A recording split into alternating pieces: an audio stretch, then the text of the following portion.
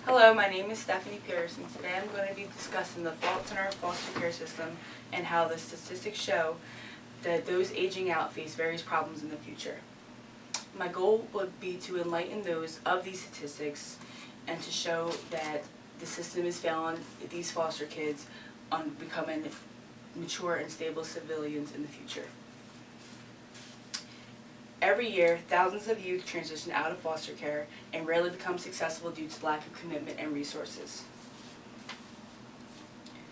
Which brings me to my first point. These resources are a primary concern for those in foster care, given that their resources are their only positive outlook. The primary resource would be that of family.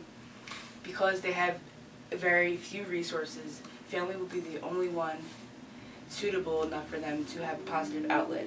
And very rarely does family ever step in and take care of the youth in these foster care.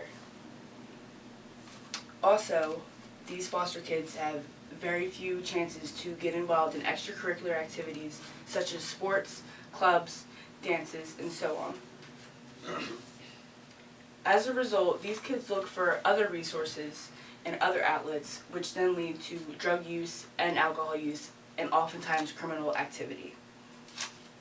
The statistics of these youth in the foster care system are very low and oftentimes against them. 60% of inmates incarcerated currently were once a part of the foster care system, and 34 to 40% of these kids in foster care do not graduate high school, and very few go on and continue education in college. This will bring me to my final point, which is 239,000 kids transitioned out of foster care in 2013. Due to the increasing amount of youth transitioning out, there is very few people that actually care and take the time out to step in and be a positive role model and resource in these kids' life. Oftentimes, because of this, kids are overlooked in education and also mental health. Not only are they overlooked, but they're also warehoused in a sense where they are sent from one home to the next home, which is very hard for them to set some type of foundation in their early home life, which increases their problematic behavior in young adulthood.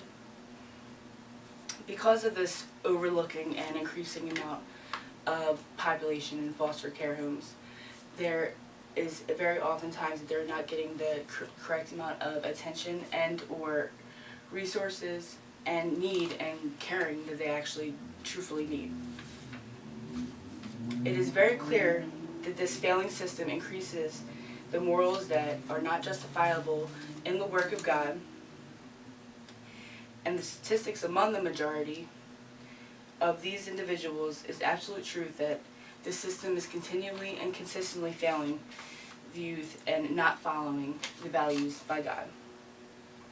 It is more beneficial to pay for kids now than to have to pay for them when they're institutionalized, when we once had a chance to help them and become successful young adults in the future. Thank you everyone for your time. This concludes the speech.